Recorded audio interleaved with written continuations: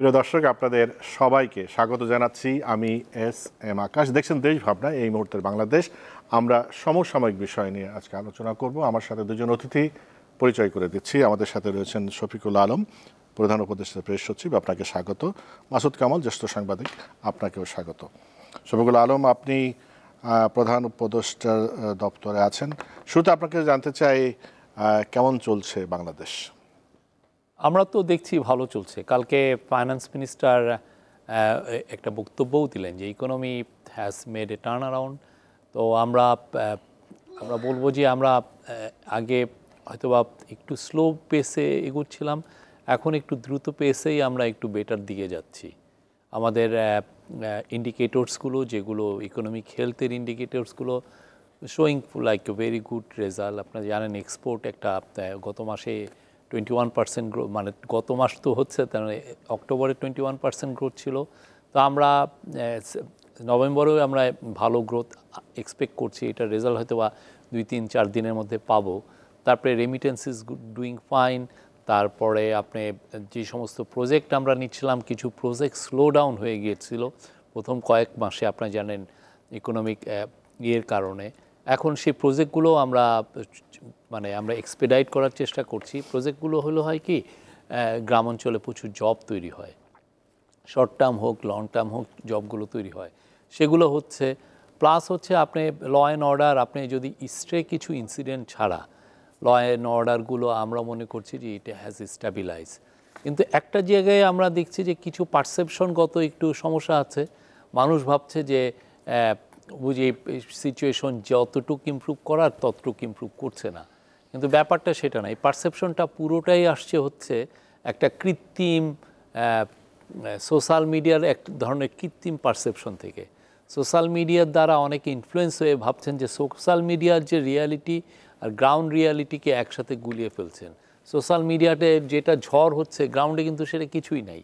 তো সেই থেকে অনেকে আসলে সোশ্যাল মিডিয়ার থেকে তাদের পারসেপশনটা নিচ্ছেন, যেটা আসলে গ্রাউন্ড লেভেলে। আপনি যেমন ধরেন একটা বলি, কালকে বিজনেসম্যানরা বললেন যে দেশে এখনও আইন শৃঙ্খলা পরিস্থিতি ঠিক নাই বা এই টাইপের কিছু বললেন। তো দেখেন, আমরা বিজনেসের ক্ষেত্রে মানে ফ্যাক্টরিগুলোর থেকে আপনি যদি গত এক মাসের রিপোর্টগুলো পড়েন, ফ্যাক্টরিগুলোতে কোথায় ট্রাবল হয়েছে, জাস্ট আশুলিয়ার ওই যে বেক্সিমকোর আশেপাশে কয়েকটা ফ্যাক্টরি এবং কালিয়াকোর বা ওইখানে কয়েকটা ফ্যাক্টরিতে এটা হয়েছে। কেন হয়েছে? এদের মালিকরা সব পালিয়ে গেছেন, বেতন না দিয়ে পালিয়ে গেছেন, এবং এরা রুটিন করে এসে এই আনরেস্টগুলো করছেন। তো এখন বাংলাদেশে ফ্যাক্টরি আছে হাজার হাজার, তার মধ্যে 2-3টা ফ্যাক্টরি একই জায়গায় করছে। তো অন্যান্য জায়গায় আপনি নারায়ণগঞ্জে শুনছেন যে একটা প্রোটেস্ট হয়েছে, আপনি চিটাগাংয়ে শুনেছেন, চিটাগাং তো হিউজলি ইন্ডাস্ট্রিয়াল এরিয়া।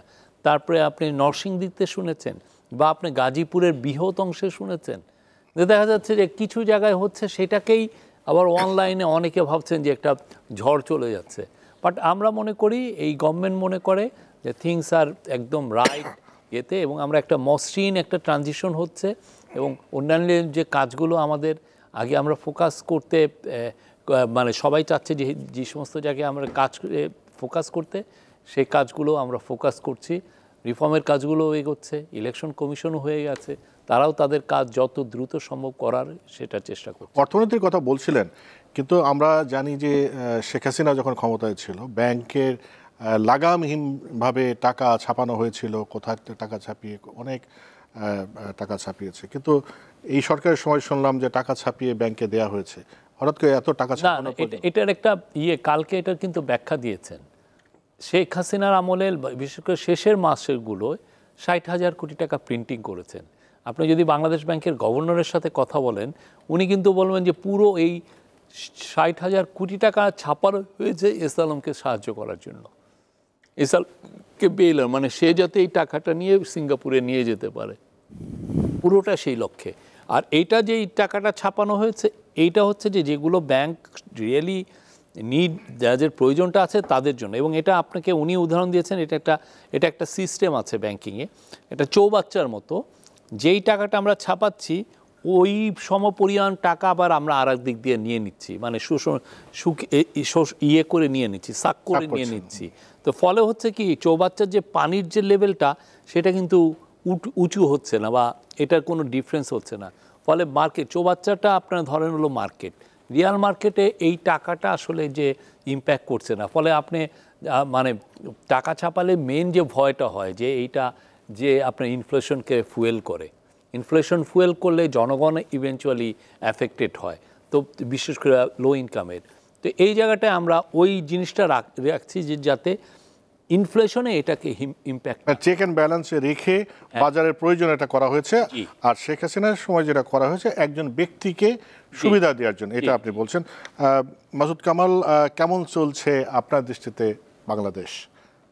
শুনেন, পৃথিবীতে কোনো কিছু আপনি পাবেন না যারা সব ভালো, আবার সব খারাপ তাও পাবেন না।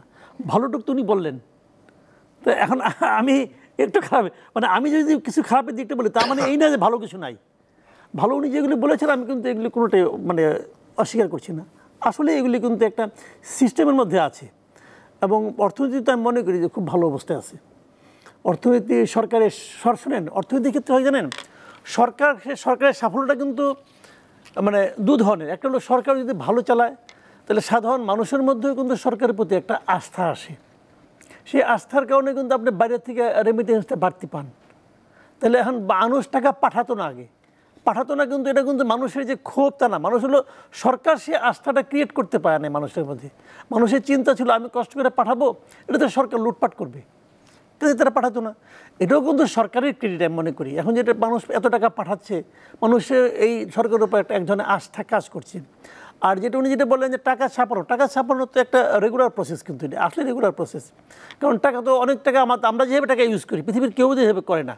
আপনি মাছের দোকানে যাই দেখেন, যখন আপনাকে সে চেঞ্জ দিবে ওটা আপনি হাতে নিতে পারবেন না, কিন্তু পানির কারণে ভিজে অনেক টাকা তো নষ্ট হয়। তো এইটাকে আবার ফিল আপ করতে হবে না, তো যে কারণে এগুলো হয়, এটা খুব একটা নর্মাল প্রসেস। যাক, এগুলো ভালো দিক। আবার কিছু কিছু জায়গা আছে বলি আপনাকে, যে সরকার কিছু কিছু চেঞ্জ করার জন্য চেষ্টা করেছে। চেঞ্জ মানেটা কি? এইটাকে আমি কাপটাকে চেঞ্জ করবো, এই কাপটা ভালো না, এই কাপটা চেঞ্জ যখন আমি ফেলে দেবো তখন এখানে তো আরেকটা কিছু বসাতে হবে, কারণ এই কাপটার তো একটা প্রয়োজন ছিল। এই কাপ দিয়ে একজন চা খেত, অথবা আপনাদের টেলিভিশনের কারণে দীপ্ত লেখা আছে, লেখাটাও দেখানোর দরকার আছে, কিছু একটা আছে। তো এই কাপটা একটা প্রয়োজনে এখানে ছিল, আপনি সরিয়ে ফেলেছেন কাপটা ভালো না বলে, তো আরেকটা আনবেন না এখানে। সেই জায়গায় কিন্তু সরকার করছে না। আমি একটা এক্সাম্পল দিয়ে বলি আপনাকে, স্থানীয় সরকারকে আপনি কি করেছেন, সবগুলি সিটি কর্পোরেশনকে আপনি কিন্তু বাতিল করে দিয়েছেন। এবং সিটি কর্পোরেশনের যে যারা কাউন্সিলর ছিল তাদের কিন্তু কিছু কাজ আছে। আপনি ঢাকা শহরে থাকেন, আজকে আপনার একটা চরিত্রগত সার্টিফিকেট লাগবে, অথবা একজন মারা গেছে আপনার একটা ওয়ারিশ সার্টিফিকেট লাগবে, এগুলো কিন্তু কাউন্সিলররা দেয়। আমি দেখেছি যে একজন কাউন্সিলরের হাতে 21 ধরনের কাজ থাকে। 21 ধরনের কাজ হলো পাবলিকের সঙ্গে রিলেটেড, আরও কিছু কাজ থাকে, লুটপাট থাকে, ওটা তো আর 21 মধ্যে ফেলাবো না, ওটা আলাদা কাজ। তো এই কাজগুলি কে করবে? 4-5টা আপনার ওয়ার্ড মিলে একজন সরকারি হয়তো সাব অ্যাসিস্ট্যান্ট ইঞ্জিনিয়ার অথবা ইঞ্জিনিয়ার সাহেবকে দায়িত্ব দেওয়া হয়েছে। তো উনি তো এলাকার সব লোককে চেনেও না। আর আপনি কাউন্সিলরের অফিসে যেয়ে দেখবেন যে সেখানে তার কিন্তু কোনো 9টা 5টা ডিউটি না, কিন্তু 24 ঘন্টা কিন্তু তার ডিউটি। এলাকার লোক যাচ্ছে, দরজা নক করতেছে, এই কমিশনার সাহেব আমার একটা সার্টিফিকেট দেন, এগুলো কিন্তু দিয়ে দেয়। তো এই কাজগুলি কে করবে? এই কাজগুলো কিন্তু আটকে আছে। তো আপনি সব বাদ দিচ্ছেন কেন? যে এটি সব স্বৈরাচারের জিনিস। ওকে, স্বৈরাচারের মেয়রগুলো, তাহলে আপনি আবার চিটাগাংয়ে মেয়র নিয়োগ করলেন কেন? চিটাগাংয়ে কেন মেয়র নিয়োগ করলেন? কোথাও মেয়র নাই, কিন্তু একমাত্র চিটাগাং আছে। আবার ওখানে কমিশনার নাই, ওখানে কিন্তু কমিশনার নাই, কারণ কমিশনার তো এক আইনে বাতিল হয়ে গেছে। আবার কালকে শুনলাম যে এখন নাকি ইউপি চেয়ারম্যানও থাকবে না। ঠিক আছে, আমি মনে করি কি, যারা যারা দলীয় প্রতীকে ইলেক্টেড হয়েছে তাদেরকে আপনি বাদ দেন, কিন্তু কমিশনার কাউন্সিলর এরা তো দলীয় প্রতীকে হয় নাই। বহু লোক আছে যারা কি স্বতন্ত্র ইলেক্টেড হয়ে গেছে, এবং এটা হয়, স্থানীয় সরকার এগুলো হয়। তো তাদেরকে আপনি এক কলমে খুঁজে সব বাদ দিয়ে দিলেন, ব্যান বাদ দিয়ে, আমাকে আপত্তি নেই। তাহলে বিকল্পটা কি? আজকে 3 মাসের উপরে হয়ে গেল, আপনি তো বিকল্প কিছু দিতে পারছেন না। তো 3 মাসে কি কাজগুলো আটকে আসে না? আপনি প্র্যাকটিক্যালি যায় দেখেন, এটা কিন্তু দূরের থেকে বুঝবেন না। যেমন আমি এটা নিজে ভুক্তভোগী, কারণ আমার ফ্যামিলিতে একটা এরকম একটা লাগবে, আপনার কী বলে, ওই একজন মারা গেছে, তার ওয়ারিশান সার্টিফিকেট লাগবে, ওটা আনতে যে আমি টের পাচ্ছি। আচ্ছা, এই যে ঝামেলাগুলো হচ্ছে, তো আমার কথা হলো কি, আপনি করেন, কিন্তু আপনি তো জায়গাটাতে ভ্যাকুয়াম রাখতে পারবেন, এটাতে ফাঁকা রাখতেছেন আপনি। তো এইগুলি সরকারের কিন্তু দেখতে হবে। পুলিশ যে একটা কথা বলি আপনাকে, পুলিশে কিন্তু এরকম ঘটনা ঘটতেছে। যেমন ধরেন বিগত সরকারের আমলে সরকার বিভিন্ন কারণে কেউ একজন লেখছিল, হয়তো স্ট্যাটাস দিছে যে জাতির পিতা হযরত মোহাম্মদ ইব্রাহিম, হযরত ইব্রাহিম লিখছিল, তাকে এখন তার চাকরি চলে গেছে। আমি পাইছি কিন্তু এরকম লোক, আমার কাছে অনেক এখন ইদানিং আসে তো চাকরি চলে গেছে। সে এটা নিয়ে প্রশাসনিক ট্রাইব্যুনালে গেছে, সে ট্রাইব্যুনালে জিতছে, কিন্তু আগের গভর্নমেন্ট চাকরি দেয় নাই। এরকম সংখ্যা কিন্তু 450 মতো আছে আমার কাছে লিস্ট আছে 450 মতো। তো তাদেরকে তো আপনি চাকরি দিচ্ছেন না, আপনি তো পুলিশের ক্রাইসিস, আপনারা তো পুলিশের ক্রাইসিস, তাদেরকে দিয়ে দেন, তা দিচ্ছেন না। আপনি করছেন যারা অবসরে চলে গেছে তাদেরকে নিয়ে আপনার চাকরি দিচ্ছেন, যেমন আইজি বানিয়েছেন, কমিশনার বানিয়েছেন। আমি খারাপ বলছি না, কিন্তু তো আমার কথা হলো কি, যে এইগুলো আরেকটু খেয়াল করতে হবে। এগুলি খেয়াল না করলে মানে ভালোটা যত ভালো বলতেছি, ভালোটা তো মানে পুরো পূর্ণাঙ্গ নিয়ে তো ভালো, তাই না? সেটার সাথে এইগুলো খেয়াল রাখা দরকার। শফিকুল আলম, এই মাসুদ কামালের অবজারভেশন নিয়ে আপনার কোনো না, বক্তব্য আছে? প্রথমত যে চিটাগাংয়ের মেয়রের ইয়েটা পুরোপুরি একটা কোর্টের একটা ডিসিশন, এমন না যে আমরা কোর্টে নিজেরা যে ওনাকে নিয়ে আসছি, তা তো না। এটা উনি কোর্টে গেছেন, সেই অনুযায়ী উনি একটা কোর্টের থেকে রায় পেয়েছেন, সেই অনুযায়ী তাকে ইনস্টল করা হয়েছে। তো সেই জায়গায় আসলে আমাদের এখানে পুরোপুরি আমাদের এখানে কোনো রোলই নেই। আর একটা হচ্ছে যে ইউপি চেয়ারম্যান, হ্যাঁ এটা সত্যি, উনি যেটা বললেন যে এই বিষয়টা আমরাও সিরিয়াসলি দেখছি, যে সার্ভিস ডেলিভারির বিষয়গুলো আছে গ্রামে, অনেকে যারা ভাতা পাচ্ছেন, ভাতার বিষয়টা আছে। উনি যেটা বললেন ওয়ারিশন সার্টিফিকেট আছেন, অনেক ধরনের সার্ভিসের কাজ তো এটা হয়। আর বাংলাদেশের আমরা এত কিছু করার পরে বাংলাদেশে দেখেন 63% লোক কিন্তু রুরাল এরিয়াতে থাকে, আর রুরাল এরিয়ার মূল সার্ভিসটা আসে কিন্তু ইউপি চেয়ারম্যানের অফিস থেকে। সেটা নিয়ে আমাদের কিন্তু ভাবনা চিন্তা আছে এবং আমরা এটা করছি। আমরা তো এতদিন রিয়াল রিফর্ম নিয়ে কাজগুলো করছি, এর বাইরে যে এই চিন্তাগুলো ইদানিং আসছে, এটা নিয়ে লোকাল গভর্নমেন্ট ডিভিশন কাজ করছেন। আর একটা যেটা কি বললেন উনি শেষের জন্য, সরি, পুলিশের ক্ষেত্রে দেখেন মাত্র 2-3 জন আসছে, খুব যে ম্যাসিভ নাম্বার অফ এদকে আমরা রিক্রুট করেছি তা না। এখন যেটা হচ্ছে যে আমরা এক ধরনের কিন্তু ক্রিটিসিজম পাচ্ছিলাম, যে যাদেরকে দিয়ে আমরা চেষ্টা করছিলাম, মানে পোস্ট হাসিনা রিজিয়ে, তাদের দিয়ে অনেকে হ্যাপি ছিলেন না, যে সার্ভিসটা ওনারা দিচ্ছিলেন সেটা নিয়ে। আপনারা দেখেন যে কিছু কিছু জায়গায় আমরা অনেক সিরিয়াস অ্যাটেম্প নেওয়া সত্ত্বেও কিছু কিছু জায়গায় আমাদের মানে পুলিশ ব্যর্থ হয়েছে কিছু কিছু জায়গায়। তো সেই ইস্যুগুলো তো আমাদেরকে রিভিউ করতে হবে, কেন ব্যর্থ হচ্ছে, কেন এটা পারলো না। কিছু কিছু মানে একটা গভর্নমেন্টের মূল কাজ কি? মূল কাজ হচ্ছে নাগরিককে প্রোটেকশন দেওয়া। নাগরিকের প্রোটেকশনের জায়গায় যদি এক ধরনের সমস্যা তৈরি হয়, তো অবশ্যই আমার দেখতে হবে তাহলে ল এনফোর্সিং এজেন্সিতে কোথায় কোথায় সমস্যা আছে, কেন এটা হচ্ছে না। তো সেই আলোকেই 2 জনকে চেঞ্জ করা হয়েছে। আমরা তাদেরকে দেখছি তারা কেমন করে। আর যারা যারা ওই সময় বঞ্চিত হয়েছেন, যাদের প্রতি অন্যায় অবিচার করা হয়েছে, সেই জায়গায় আমরা সুস্পষ্টভাবে মানে বলে দেওয়া হয়েছে যে যাতে এদেরকে যাতে অ্যাকাউন্টে নিয়ে আসা হয়, যাতে তাদের প্রতি শুভেচ্ছাটা করা হয়। আচ্ছা, আমরা 21শে আগস্টে, মাসুদ কামাল আপনার কাছে একটু আসি। 21শে আগস্ট গ্রেনেড হামলার মামলার যে দণ্ডপ্রাপ্ত সব আসামি খালাস পেয়েছে, বিচারিক আদালতের রায় অবৈধ বলেছে হাইকোর্ট। তো 21শে আগস্ট নিয়ে তো অনেক কাহিনী আছে, সেটা আপনি জানেন। শেষ পর্যন্ত যে আজকে যে রায় হলো সেটা নিয়ে আপনার অবজারভেশন শুনবো। সেই সাথে মির্জা ফখরুল ইসলাম আলমগীর বলেছেন যে এটার মাধ্যমে প্রমাণিত হয় যে তারেক রহমানের বিরুদ্ধে যত মামলা ছিল সব ষড়যন্ত্রমূলক মামলা। দেখেন, এই দুটা কিন্তু 2 ধরনের, দুইটাকে এক করে দেখা কোনো আমি মনে করি ঠিক না। মির্জা ফখরুল ইসলাম আলমগীর যেটা বলেছেন, উনি অতি সরলীকৃত একটা মন্তব্য করেছেন। 21শে আগস্টে যে রায়টা হয়েছে, আপনাকে রায়টা দেখতে হবে হাইকোর্ট কেন এই রায়টাকে করেছে, ভেবে দিয়েছে। সে বলছে যে এই মামলাটা ওই আদালতের যেভাবে তারা দ্বিতীয়বার তদন্ত চেয়েছে এবং ওখানে দিয়ে ওই তদন্ত রিপোর্টে দেওয়ার কথা ছিল ম্যাজিস্ট্রেট কোর্টে, তো ওই কোর্টে দেওয়াটা এটা ওইভাবে এটা মানে আপনার সিস্টেমেটিক প্রবলেম, মানে এরর ছিল, যে কারণে ওদের এখতিয়ারই নেই এই মামলার বিচার করার। এই পয়েন্টে এই মামলাটা তারা খারিজ করে দিছে। এখন তার মানে ঘটনা কি ঘটে নাই, 21শে আগস্ট কি বোম ফুটে নাই, ওখানে কি গ্রেনেড ফুটে নাই? সবাই যদি খারিজ হয়ে যায়, সবাই যদি মুক্তি পেয়ে যায়, তাহলে কি এটা প্রমাণিত হলো যে ওই জন্য ওখানে কেউ মরে নাই? আইবুর রহমান কি ডায়রিয়াতে মারা গেছে নাকি? আইবুর রহমান কিন্তু গ্রেনেড খাইয়ে মারা গেছে। তো এখন ওই যে 23 জন মারা গেছে, 300 জন আহত হয়েছে, সবই তো সত্য। এবং এর চেয়ে নৃশংস, এর চেয়ে নির্মম কোনো ঘটনা তো ঘটতে পারে না। আপনি ভাবেন তো, আপনি পারবেন? আপনাকে দেবে 1 কোটি টাকাও দেই যে আপনি বাসা, আপনি বিল্ডিংয়ের ছাদ দেখতেছেন নিচে 20 জন লোক আছে, একটা ইট দিলাম যে ওই লোকগুলো মাথার উপরে ফালান, আপনি ফালাইতে পারবেন? পারবেন না। যে কার মাথায় পড়ে? আর ওরা এখানে এই 1000-10 লোকের মধ্যে গ্রেনেড ফেলেছে, মানে এর চেয়ে ভয়ঙ্কর কিছু হয় না। ঘটনা তো ঘটেছে। এখন এইটা আপনার সিস্টেমেটিক এররের কারণে এই মামলাটা উনি খারিজ করে দিয়েছেন। তাহলে পাবলিকের কাছে মেসেজটা কি যাচ্ছে? যে মেসেজটা মির্জা ফখরুল ইসলাম আলমগীর দেওয়ার চেষ্টা করছেন, যে এতে প্রমাণিত হয় যে ওনারা সবাই নির্দোষ, হয় না। তাহলে এখন কি হবে? এখন কী হবে আমি বলতে পারবো না।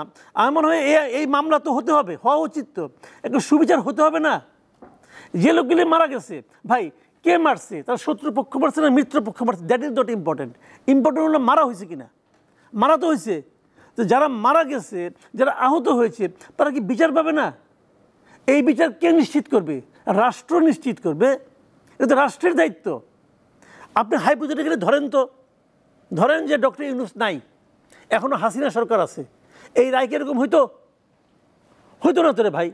এটা তো বুঝেন আপনি, হইতো না। 21 তারিখে যখন বললো যে এই ডেথ রেফারেন্সের শুনানি শেষ, যে কোনো সময় রায় দেওয়া হবে, আমি ওই দিনের আজকে বসে বসে পড়তেছিলাম। 21 তারিখে যখন শুনানি শেষ হয়ে গেলো, প্রথম আলো তো ওই নিউজটা আসছে, আমি ওই নিউজটা পড়তেছিলাম।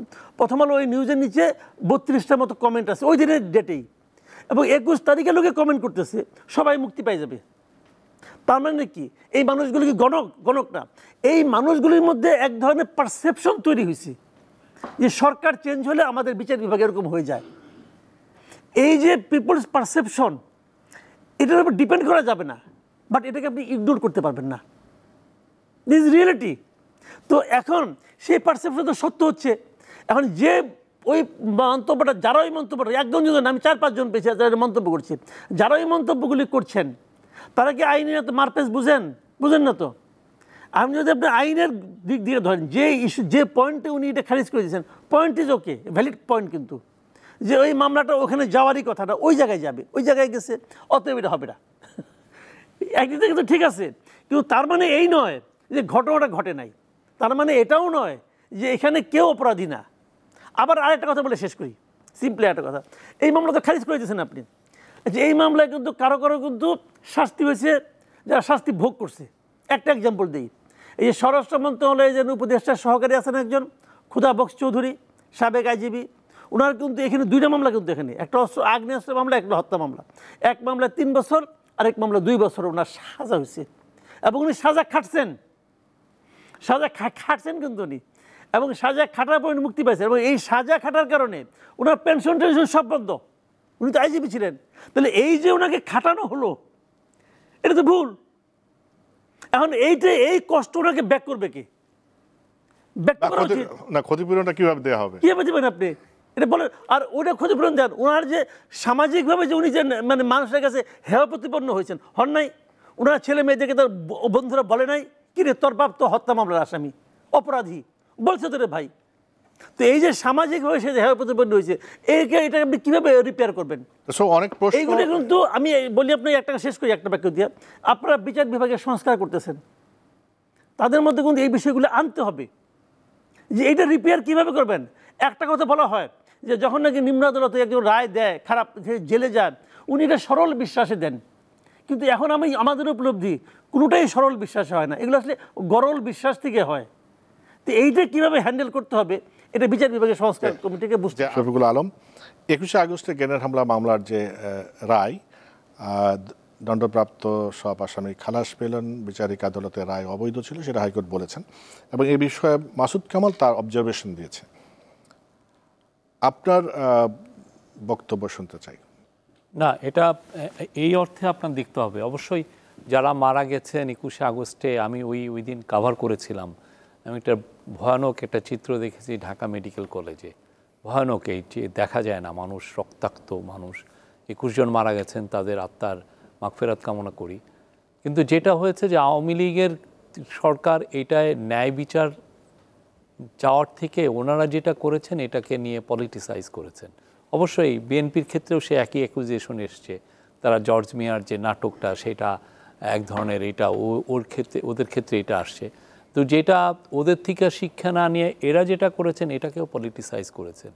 এই 21শে আগস্টের মামলার মূল যে ভিত্তিটা, মূল ভিত্তি হচ্ছে মুফতি হান্নানের, আমরা এটা কাভার করেছি, আমি তখন এফপিতে ছিলাম, মুফতি হান্নানের কনফেশন। মুফতি হান্নানের কনফেশনের থেকে আপনি বলতে চাচ্ছেন, ওকে দিয়ে বলাচ্ছেন যে মুফতি হান্নান কনফেস করেছে, তার সাথে তারেক রহমানের ভালো যোগাযোগ ছিল, তার বাসায় যে মিটিং হয়েছে ওখান থেকে তারা হাওয়া ভবন থেকে একটা প্লট করেছেন। এবং এটা আপনি ডেইলি স্টার এটা নিয়ে একটা 6 কলামের ইয়েও ছিল, ইটস এ হাওয়া ভবন প্লট। যদিও ডেইলি স্টারের ওই রিপোর্ট নিয়ে অনেক সমালোচনা হয়েছে, এটা পুরোটার মধ্যে কোনো সোর্স লেখা নাই এবং এক ধরনের ধোঁয়াশা তৈরি হচ্ছিল। কিন্তু মূল সমস্যা যেটা হচ্ছে, যখন মুফতি হান্নানের আপনি ওকে দিয়ে কনফেশন করলেন, যখন মুফতি হান্নান যখন যখন ট্রায়ালটা শুরু হয়ে যায়, তখন আপনাকে যে কনফেশনাল স্টেটমেন্ট যেটা আপনি দিয়েছেন সেটাকে আবার আপনি আপনি বলতে পারেন যে ওটা কী হচ্ছে। ওইখানে যে সে কিন্তু বলছে যে আমার সাথে তারেক রহমানের কোনো সম্পর্ক নাই, আমার মাথায় র্যাবের এই অফিসার মাথায় AK-47 ধরে বলছে যে এটা সাইন কর, এই কনফেশনাল স্টেটমেন্ট। তো ফলে হয়েছে কি, পুরো জিনিসটা ওইখানে কেচে গেছে। এখন আপনি তখন কোর্টের কাছে 2টা অপশন থাকে, কোর্ট ওর আগের কনফেশনাল স্টেটমেন্টটা নিবে না এখন যে সে ডিনায়াল করলো সেটাকে নিবে। কোর্ট কি করেছে, কোর্ট আওয়ামী লীগকে খুশি করতে যে তখন ওই কনফেশনাল স্টেটমেন্টটাই, তার মানে কোর্ট সরকারকে খুশি করার দায় কি কোর্টের? মানে অ্যাপারেন্টলি তো এটাই মনে হচ্ছে ওই সময়। তো পুরো জিনিস কি, আমি সত্যিকার অর্থে একটা অ্যাজ এ জার্নালিস্ট আপনার একটা অনেস্ট ওপিনিয়ন দিই, বাংলাদেশে যতগুলো সেন্সেশনাল কেস দেখবেন বেশিরভাগ ক্ষেত্রেই আপনি এই কেসগুলো ডিসাইড হয় হচ্ছে এই কনফেশনাল স্টেটমেন্টগুলো দিয়ে।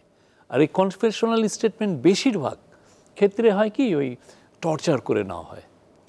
টর্চার করে নেওয়া হলে আপনি ও যাই করুক না কেন, বিদেশে যদি মিনিমামও হিন্টস পায় যে ওর উপরে টর্চার হচ্ছে, তাহলে ওই কেসটা ধরেই না এটা ধরবো না, দিস ইজ ওভার। তুমি ওখানে যে জাজরা এম্বারেস ফিল করে না, আমি এটা করব না। আপনাকে একটা দেই, এই যে ডমিনিক স্ট্রস খান IMF-এর ম্যানেজিং ডিরেক্টর ছিলেন, তো উনি একটা হোটেলে এক গাম্বিয়ানা মালি এক মেয়েকে, উনি হচ্ছে হলো ওই হোটেল রুম সার্ভিস ওমেন, তাকে রেপ করেন। রেপটাও ডকুমেন্টেড, রেপের আছে কি যেন DNA টেস্ট হয়েছে, যে ওইখানে তার পাওয়া গেছে, সেমেন টেমেন এগুলোর এভিডেন্সও পাওয়া গেছে, এভরিথিং ইজ দেয়ার। কিন্তু ক্রিমিনাল কোর্টে যখন হলো তখন ওই কেসটাকে উনি খালাস পেয়ে গেলেন। কেন খালাস পেলেন? রেপ কিন্তু বলছে যে রেপ হয়েছে, কিন্তু উনি খালাস পেলেন এই জন্য যে ওই যে গাম্বিয়ান ওই মালির যে মহিলাটা, তার যে দেখা যাচ্ছে যে সে যখন এর আগে 2-1টা বিষয় আছে গভর্নমেন্টের কাছে যখন সে কথা বলেছে, তার নাগরিকত্ব সার্টিফিকেট বা এগুলো, সেই জায়গায় সে পারজুরি করেছে। পারজুরি মানে সে মিথ্যা তথ্য দিয়েছে।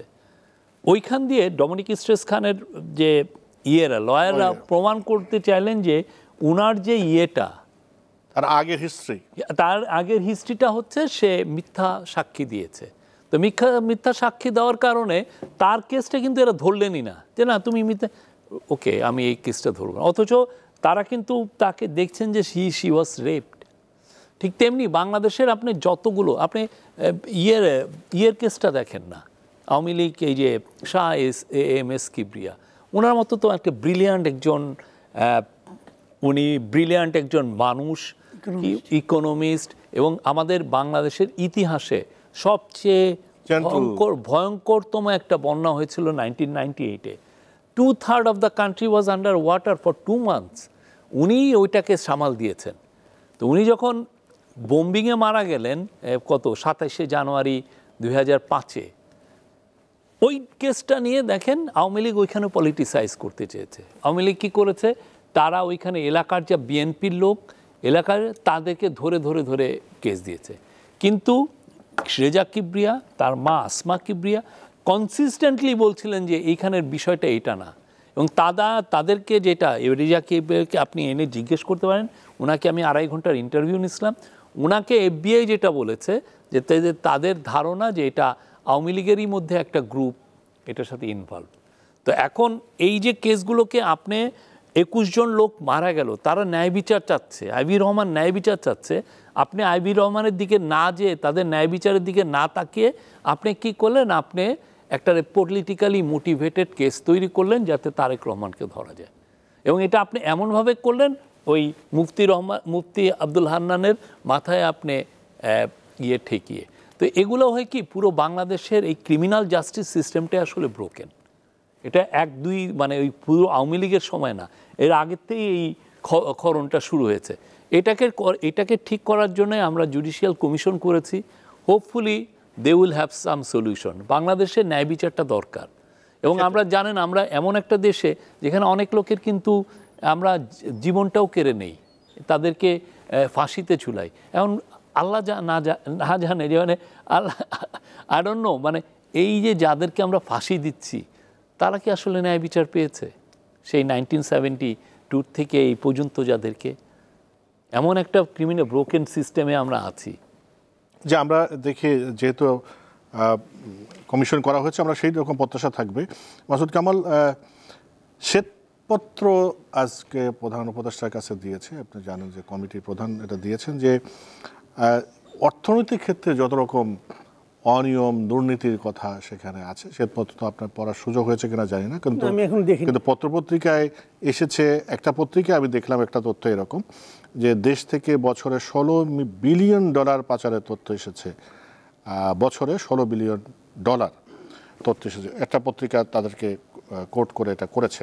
তো অর্থ পাচারের কথা তো আমরা দীর্ঘদিন ধরে শুনে আসছি, তো এই সাধারণভাবে কোনো মন্তব্য করবেন কিনা?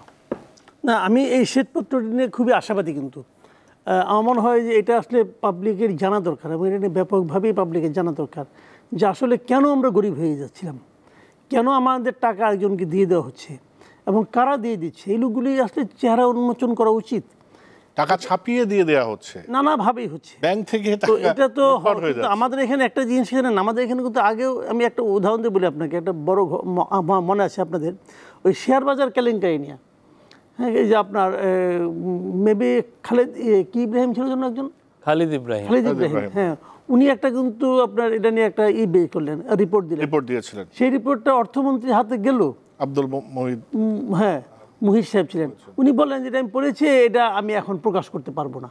এটা কখনোই আর প্রকাশিত হয় নাই, কারণ ওটার মূল ক্রিমিনাল তো ছিল যদ্দূর আমরা শুনেছি যে আপনার সালমান রহমান। তো এখন তো ওরকম কিছু নাই। তো এরকম আমরা এটা আসলে জানতে চাই। আমরা কিন্তু কোনো শ্বেতপত্রের ডিটেল পাই না। ম্যাক্সিমাম শ্বেতপত্র হয় আপনার মোটিভেটেড, নানাভাবে তারা করে, কিন্তু বাট এইবার আমার মনে হয় যে একটা জেনুইন শ্বেতপত্র আমরা পেতে, যেখানে যারা কমিটিতে আছেন এই লোকগুলোর উপর আমি ভরসা করি। এটা তো পাবলিক ডকুমেন্ট, অবশ্যই এটা তো অ্যাভেলেবল হবে। এটা আমার মনে হয়, আমি শুনেছি যে 2-1 দিনের মধ্যে নাকি এটা পাবলিক হবে। তো এটা হলে তো ভালো, এবং আমি চাই যে খালি শ্বেতপত্র করলাম আর দায়িত্ব শেষ হয়ে গেলো তা না। এই শ্বেতপত্রটা কেন কি হয়েছে এটা ধরে ধরে ওই লোকগুলোর আমি মনে করি যে বিচারের আওতায় আনা উচিত, কারণ একটা এক্সাম্পল মিনিমাম থাকুক। কারণ এই দেশে কিন্তু কোনো এক্সাম্পল নাই। চুরি করলে, টাকা চুরি করলে কিছু হয় না, এটি এক্সাম্পল। আচ্ছা, আমরা একটু সবগুলো আলো আপনার কাছে জানতে চাই। শ্বেতপত্র যেহেতু দেওয়া হয়েছে, এখানে যারা এই সব টাকা পাচার এবং দুর্নীতি এবং বাংলাদেশের এত বড় অনিয়মের সাথে যারা জড়িত ছিল, সরকার কি তাদের বিরুদ্ধে ব্যবস্থা নেবে? অবশ্যই, অবশ্যই। এটা আমাদের একদম one of the top commitments আপনি বলতে পারেন। আমাদের একটা প্রায়োরিটি, হাই প্রায়োরিটির মধ্যে এটা আছে। যারা 15টা বছর লুটপাট করেছে, এটা তো ভয়ঙ্কর রকমের একটা লুটপাট। মানে এইটা আজকে এটা যখন রিপোর্টটা পেশ করা হয়, প্রফেসর ইউনূস তো বলেন যে এটা শুনলে তো মনে হচ্ছে যে মানে ব্লাড, মানে রক্ত হিম হয়ে যাচ্ছে এই অবস্থা। আপনি তো সেখানে ছিলেন এবং ওখানে অর্থনৈতিক যারা সদস্য সবাই বলেছেন, আমি অনেকগুলো শুনেছেন, যদি আমাদের সাথে শেয়ার করেন। ওই স্পিচগুলো আমরা দিয়েছি। তারা একটা টোটাল একটা পেইড, মানে ডুমসডে একটা, মানে কী ধরনের একটা, এটা নামও ওরা দিয়েছেন আপনি dissection of the development narrative. মানে বাংলাদেশের যে ডেভেলপমেন্ট ন্যারেটিভ, উন্নয়নের যে গল্প আমাদের আপা এটা সে যে ছিলেন সেটাকে ওনারা পোস্টমর্টম করেছেন একদম ফরেন্সিকে। প্রত্যেকটা 30টা চ্যাপ্টার আছে, 400 পাতার বই, এবং এখানে একটা পুরোপুরি আপনার কনডেন্স হইতে, এটা করলে তো ধরেন 4000 পৃষ্ঠাও করা যায়। কনডেন্সড হইতে দেওয়া আছে যে কোথায় কোথায় এভিডেন্স উইথ এভিডেন্স, হ্যাঁ এভিডেন্স আছে, ডেটা আছে, পাই চার্ট আছে, আপনাকে পুরোটা গ্রাফিক্স দিয়ে ওরা দেখিয়ে দিয়েছেন যে কোথায় কোথায় চুরিগুলো হয়েছে। এবং এই চুরিতে এত মনে হয় অনেক ক্ষেত্রে হয় কি, চুরি আপনি করলেন, করে যদি চুরিটা দেশেই থেকে যায় তাহলে কিন্তু জব তৈরি হয়। আপনি চুরি করলেন, চুরি করে গ্রামে আপনি বাড়ি বানাচ্ছেন বা একটা হাসপাতাল বানালেন, আপনি ওইটার ফলে হয় কি, লোকগুলো তো উপকৃত হয় ওইখানে লাভ। ওই যে আপনি যে বালু কিনলেন কারো কাছ থেকে, ইট কিনলেন, মেডিকেল ইকুইপমেন্ট কিনলেন, কেউ না কেউ তো বেনিফিটেড হচ্ছে, কারণ তো জব তৈরি হচ্ছে। তো এরা তো চুরি করে পুরো টাকাটা বাইরে পাঠিয়ে দিয়েছে, এবং এটা খুবই ভয়ানক একটা বিষয়। মানে আমরা আমাদের হার্ড আর্ন মানি, আমাদের রেমিটেন্সের যে টাকা, আমাদের মানুষের রক্ত পানি করা টাকা, ধরনটাও তো ছোটখাটো না। না না, এটা এই চুরি করাগুলো তো খুব সফিস্টিকেটেড। আপনার একটা উদাহরণ তো দেই, যে আপনি ধরেন এই চিরাং টু ওই যে কংনিফুলের নিচে দিয়ে আপনি কি করলেন, টানেল করলেন। ওই টানেলটা কিন্তু দরকারই ছিল না। এই জন্য দরকার ছিল না, আপনি শাহ আমানত যে ব্রিজের উপর দিয়ে যে পরিমাণ গাড়ি যাচ্ছিল, সেই গাড়ির ফ্লোটা কিন্তু খুব বেশি ক্রাউডেড হয় নাই, যে ওইখান দিয়ে গাড়ি যেতে পারতেছে না, অতএব আমি আর একটা জায়গায় এটা টানেল করি, সেটা কিন্তু না। আপনার টানেলটা করাই হয়েছে চুরির উদ্দেশ্যে। এবং ওই টানেল করে আপনি কোথায় নিয়ে গেলেন হচ্ছে আনোয়ারাতে, যেটা হচ্ছে এই সাইফুজ্জামান চৌধুরীর কনস্টিটিউয়েন্সি। এবং আমরা যেটা শুনেছি যে সাইফুজ্জামান চৌধুরী এই পুরো প্রসেসটার সাথে জড়িত ছিলেন। আপনি 10-12 হাজার কোটি টাকা দিয়ে আমরা এটা করলাম, করে এখন কেউ এটা ইউজ করছে না, বিকজ আপনি আমাকে ভুতুরে একটা রাস্তা তৈরি করলেন, আমি তো কোথাও ডেস্টিনেশনে যাব, আমার আনোয়ারাতে তো ইকোনমিক অ্যাক্টিভিটিস দেয়, আমি কোথায় যাব? এখানে মোহসেন আউলিয়ার মাজার আছে, আমি কি প্রতিদিন মোহসেন আউলিয়ার মাজারে যাব নাকি? এছাড়া আপনার কিচ্ছু নাই। তো একটা জিনিস আপনি বলবেন নিশ্চয়ই, এটা যে মেইনটেনেন্স কস্ট, হ্যাঁ এটা মেইনটেনেন্স ছাড়া ওখানে যে রিসোর্ট করছে বিলাসিতা, হ্যাঁ 450 কোটি টাকা দিয়ে আপনি 7 স্টার মানের আপনি রিসোর্ট করেছেন, এটা কার টাকা? এবং রিসোর্টগুলো সাইফুজ্জামান চৌধুরীর বাবার টাকা। এখানে আপনি যে দেখবেন যে এটা শেখ হাসিনা, এটা ওবায়দুল কাদের, এটা এখানে থাকবেন, ওখানে থাকবেন, এক একজন মন্ত্রী মিনিস্টারের নামে এটা। তাহলে এই যে এই লুটপাটের শুনেন, একটা লুটপাটের একটা চিত্র, একটা প্রেস কনফারেন্সে, একটা এডমিশনে আপনার লুটপাটের চিত্রটা বেরিয়ে আসছে। যখন উনি শেখ হাসিনা বললেন, হ্যাঁ, যে তার পিয়ন 400 কোটি টাকা বানিয়েছে, তারপরে আর কিছু লাগে না। একটা পিয়ন যদি 400 কোটি টাকা বানায়, কি পরিমাণ হয়েছে, হ্যাঁ, তাহলে আপনি বুঝেন চুরি চামারির কি, মানে পুরো 15টা বছর ছিল একটা লুটপাটতন্ত্র, লুণ্ঠন ইকোনমিক্স। তো এই জায়গায় এটাকে দিয়েছেন প্রফেসর ডক্টর দেবপ্রিয় বলেছেন, এটা হলো চামচা পুঁজি, মানে অলিগার্ক, তো এটার অলিগার্ককে ক্রনি ক্যাপিটালিজম রে বলছেন যে চামচা পুঁজিবাদ, মানে এক ধরনের চামচা তৈরি হয়েছে ব্যুরোক্রেসিতে, এক ধরনের চামচা তৈরি হয়েছে আপনার কি যেন বিজনেসম্যানদের মধ্যে, আর এক ধরনের হচ্ছে পলিটিশিয়ান। এরা সবাই মিলে লুটপাট করেছেন। এটা তো আমার তো মনে হয়, এবং সত্যিকার অর্থে সরি টু সে, এদের কাজের আবার বৈধতা দিয়েছেন এই অনেক সাংবাদিক, মুজাম্মিল বাবু টাইপের অনেক সাংবাদিক, এরা সম্মতি উৎপাদন করেছেন, বলছেন যে হ্যাঁ না, আপার যে কাজ করেছেন এটা কি ব্রিলিয়ান্ট। উনি আপা এসে প্রেস কনফারেন্স করছেন, ওনারাকে আবার এন্ডোর্সমেন্ট দিচ্ছে। কি ভয়াবহ একটা, মানে আমাদের চোখের সামনে এটা হয়েছে। মানে ভয়ের বিষয় হচ্ছে আমাদের মেজরিটি পিপলের সামনে এটা হয়েছে, আমাদের সামনে দিয়ে আমার পকেট কাটা হয়েছে, আমাকে পুরো গরিব বানানো হয়েছে, আমি বলতে পারি নাই কিছু। যে আমরা মাসুদ কামাল অন্য একটা প্রসঙ্গে আসি, যে ভারতের সাথে বাংলাদেশের সম্পর্কে যে টানাপোড়েন বেড়েছে, এটা তো বোঝাই যাচ্ছে। ভারতীয় মিডিয়া যদি দেখেন, সরকারের রিয়াকশন যদি দেখেন, বিজেপি সমর্থকদের কর্মকাণ্ড যদি দেখেন, এই পর্যায়ে মানে আমরা তো এই সরকার, অন্তর্বর্তী সরকার আসার পরে ডক্টর ইউনূস কথা বলেছেন, কার্যক্রম দেখেছি, কিন্তু পরিস্থিতি আস্তে আস্তে ঘোলাটে হয়ে যাচ্ছে বলে মনে হচ্ছে। আপনি কি মনে করেন? ঘোলাটে হয়ে যাচ্ছে কিনা জানি না, আলটিমেটলি এটা ঘোলাটে থাকবে কিনা তাও বলতে পারবো না। তবে এই মুহূর্তে একটু অস্বস্তিকর, এগুলো কিছু ঘটনার প্রেক্ষিতে হয়েছে। ভারত, আমার মনে হয় যে তারা মানে অতিমাত্রায় মানে সেন্সিটিভ তারা মনে হয় তারা হচ্ছে আর কি। কী কারণে হচ্ছে আমি জানি না। 5 তারিখের পর কী এমন হয়েছে যে তারা আমাদের সঙ্গে সম্পর্কটা এরকম করবে। দেখেন ভিসা নেই, ভিসা দিচ্ছে না তারা কাউকে। হ্যাঁ, তাদের দেশে তারা ভিসা নাও দিতে পারে, এটা তাদের ইচ্ছা, কিন্তু একটা লজিক তো থাকতে হবে, তাই না? আরেকটা জিনিস মাথায় রাখতে হবে, ভারত যেমন আমাদের প্রতিবেশী, আমরাও কিন্তু ভারতের প্রতিবেশী। এখন এই জিনিসটাই কিন্তু ডক্টর ইউনূস বলেছিলেন আগে, প্রথম একদম শুরুতেই বলেছিলেন। এটাকেও এবার তারা অধ্যত্ত মনে করতেছে, তারা বেয়াদবি মনে করতেছে যে কেন সে 7 সিস্টারের হুমকি দিল। তো এখন এটা হুমকি নাকি বাস্তবতা জানিয়ে দেওয়া, এটা তো তাদের ব্যাপার। কিন্তু আমি মনে করি এখানে এতটা মানে সংবেদনশীল আচরণ ভারতের জন্য আমার কাছে প্রত্যাশিত না। আপনি এটা কথা ভাবেন, চিন্ময় দাসকে গ্রেপ্তার করা হলো। চিন্ময় দাস কে রে ভাই? যে মামলায় গ্রেপ্তার করা হলো, আমি পার্সোনালি মনে করি এই গ্রেপ্তার না করলেও চলতো, আমি মনে করি। এখন আমার মনে করি চলবে না, আমি যতটুকু জানি তার প্রেক্ষিতে মনে করি। এর বাইরেও কিছু অনেকে জানতে পারে, সরকার হয়তো এর বাইরেও কিছু জানে, তারা গ্রেপ্তার করেছে, কিন্তু আমি মনে করি গ্রেপ্তার না করলেও ভালো হতো। তো গ্রেপ্তার করার প্রেক্ষিতে যদি তারা করেও থাকে, এই গ্রেপ্তার করার প্রেক্ষিতে এত দ্রুত ভারতের পররাষ্ট্র মন্ত্রণালয় থেকে বিবৃতি আসাটা, এটা কি আপনার কাছে অস্বাভাবিক মনে হয় না? আমার কাছে অস্বাভাবিক মনে হয়।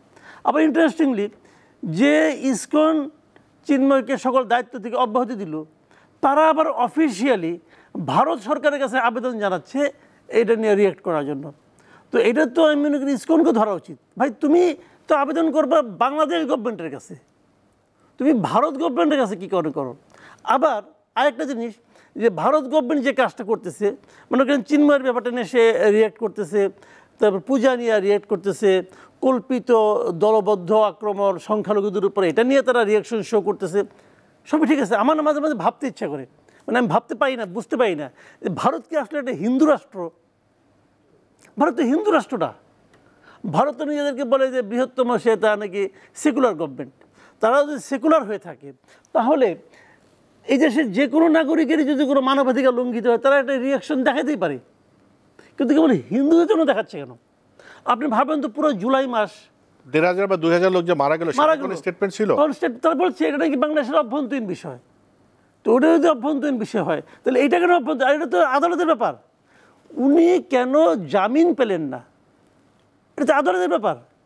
তো এইটা নিয়ে রিয়াকশন যদি ভারতের পররাষ্ট্র মন্ত্রণালয় দেয়, তখন তো বোঝা যাচ্ছে যে আমাদের ব্যাপারে ওরা আসলে আমাদের কাছে উনি পছন্দ করছেন না।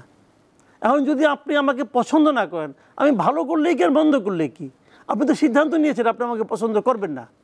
এখন যদি উনি এই ধরনের সিদ্ধান্ত তারা নিয়ে থাকে, তারা নিতেই পারে, এটা তাদের দেশের ব্যাপার। কিন্তু আমি মনে করি বাংলাদেশকে এভাবে হ্যান্ডেল করতে হবে। কী করা, এটা আমাদের নিয়তি। আপনি তো প্রতিবেশী চেঞ্জ করতে পারবেন না।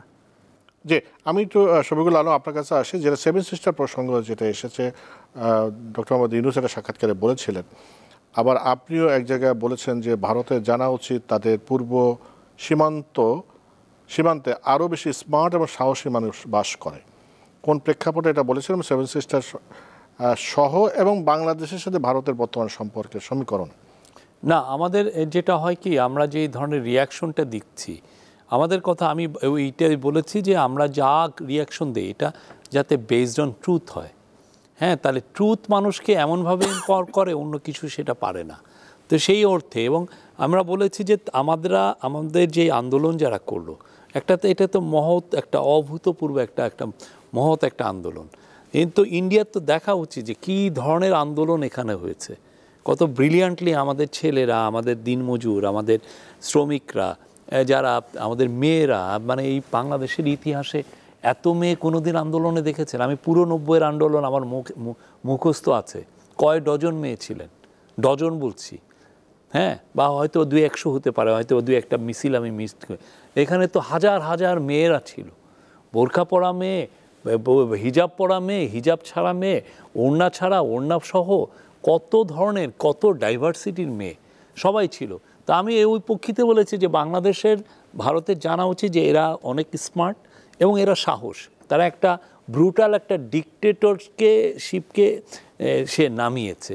তো এটা ভারতীয় মিডিয়ারা, আমি বলছি ভারতীয় মিডিয়ারা এটা একটু দেখা উচিত।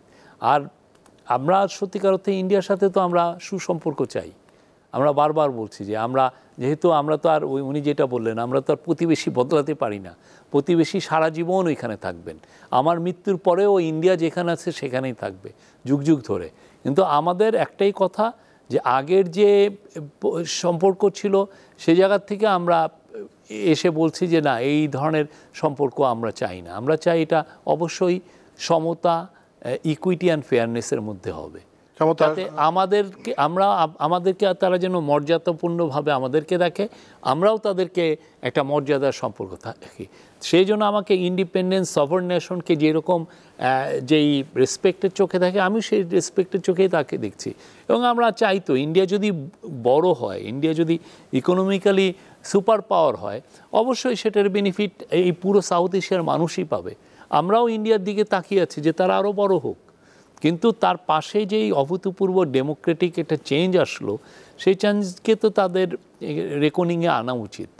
কিন্তু মাসুদ কামাল, শেষ করব যে কথাটা শফিকুল আলম বললেন যে শেখ হাসিনার ওই পার্ট চুকে গেছে। বাংলাদেশে এখন যেটা বলছেন যে এখন অনেক স্মার্ট এবং সাহসী মানুষ আছে, ইচ্ছে করলেই তাদের প্রেসক্রিপশন বা তাদের নেগেটিভ অনুযায়ী বাংলাদেশ চলবে, এটা তো না। কিন্তু সেই জিনিসটাকে মানে ভারত মেনে নিতে কষ্ট হচ্ছে না, প্রবলেমটা কোথায়? ওই যে আপনি বললেন না যে শেখ হাসিনার পার্ট চুকে গেছে, এটা আপনি যত সহজে বলছেন ওনারা তত সহজে মানতে পারছেন না। হ্যাঁ, আপনি এটা কী বলবেন? ওনারা আসলে কেন যেন মানতে পারছেন না যে আসলে চুকে গেছে, চুকে গেছে, এটা রিয়েলিটি। আমি নিজেও মনে করি বাংলাদেশে আওয়ামী লীগের রাজনীতির ভবিষ্যৎ আছে, কিন্তু শেখ হাসিনা অথবা শেখ পরিবারের এই দেশের রাজনীতির আর কোনো ভবিষ্যৎ নাই। এটা আমি পার্সোনালি মনে করি। আমার মনে করে ভুল হতে পারে, আমার মনে করার মধ্যে হয়তো ইমোশন থাকতে পারে, কিন্তু আমি এভাবে ফিল করি বাংলাদেশের রাজনীতিতে আবার আওয়ামী লীগ আসবে। আওয়ামী লীগ একটা বড় দল, কিন্তু সেই আওয়ামী লীগে শেখ পরিবারের কেউ থাকবে না। যদি শেখ পরিবার লোকজন থাকার চেষ্টা করে তাহলে আওয়ামী লীগের উঠতে যতদিন থাকবে তত দেরি হবে। এটা বুঝতে হবে, এটা ভারতকেও বুঝতে হবে। এই শেখ হাসিনার পার্ট চুকে গেছে। এই অনুষ্ঠানের উপস্থাপক যত সহজে বলতেছে অতটা সহজে তাদেরকে বুঝতে হবে, না বুঝলে তারা বাস্তবতা বুঝতে পারবে না। এটাই রিয়েলিটি। কারণ একটা জিনিস মাথায় রাখেন, এই দেশের ইতিহাসে অনেক মন্দ শাসক ছিল, অনেক ছিল, আমি নাম ধরে ধরে বললাম না, অনেকেই ছিল, কিন্তু কেউ কিন্তু দেশ ছেড়ে পালায় নাই। উনি দেশ ছেড়ে পালাইছেন কেন? উনি এটা বুঝেছেন যে এই দেশে ওনাকে আড়ালে রাখার, ওনাকে একটু সাপোর্ট দেওয়ার মতো একজন লোক নাই, কেউ একজন নাই যেটাকে বলবে আসো তোমাকে আমি আগলে রাখি, অথবা তোমার জন্য আমাকে মেরে তারপর তোমাকে মারতে হবে, এই কথা বলার লোক ছিল না এখানে কেউ। অথবা তিনি বুঝেছেন যে যেখানে গেলে তাকে আগলে রাখা হবে, ভাই আগলে রাখা হবে, যখন দেখবে যে এখানে তাকে আগলে রাখার জন্য কেউ নাই, তখনই তো সে ভাববে যে আমি তো কোথায় যাব। এই কোথায় যাব সিদ্ধান্তটা কখন আসছে? যখন উনি বুঝতে পারছেন যে আমার তো ওখানে কেউ নাই, তারপরে বুঝছেন যে কোথায় যাব, যাওয়ারও দেখবো তো সারা এত বড় পৃথিবীতে একটা জায়গায় আছে, ওখানে গেছেন। তো ওনারাও দেখছে এত ভরসা আমার ওপর করছে, তো দেখি তো হবে না রে ভাই, এটা সম্ভব না, এটা সম্ভব না। এটা রিয়েলিটিকে মানতে হবে, বাস্তবতাকে মানতে হবে। কেন এইভাবে তারা থাকে আমি বুঝি না কিছু। আমি যেটা একজন সাধারণ মানুষ হিসেবে বলতেছি, এটা হয় না ভাই। আমি দুজনের সঙ্গে আলাপ করছি, অনেকে বলছে এই গভর্নমেন্ট পারতেছে না, হ্যান করতেছে না, ত্যান করতেছে না, সব বলতেছে। আবার বলতেছে এদের টাইট করার জন্য ওইরকম শেখ হাসিনার মতো শক্ত লোক দরকার, এগুলো। তখন যখন আমরা বলি তাহলে কি ওনাকে আপনার চান? না না না, তখন কোথাও ওটা বলে না না না, তুলনা করার সময় বলে যে এরা পারতেছে না, কিন্তু ওইটা বলে না যে তাকে আবার ব্যাক করো। এটা রিয়েলিটি। এই পর্যায়ে শেষ করি। শফিকুল আলম, অনেক ধন্যবাদ। মাসুদ কামাল, আপনাকে অনেক ধন্যবাদ। প্রিয় দর্শক, আপনাকেও ধন্যবাদ আমাদের সঙ্গে থাকার জন্য। দেখলেন দেশ ভাবনা, এই মুহূর্তের বাংলাদেশ। সবাই ভালো থাকবেন।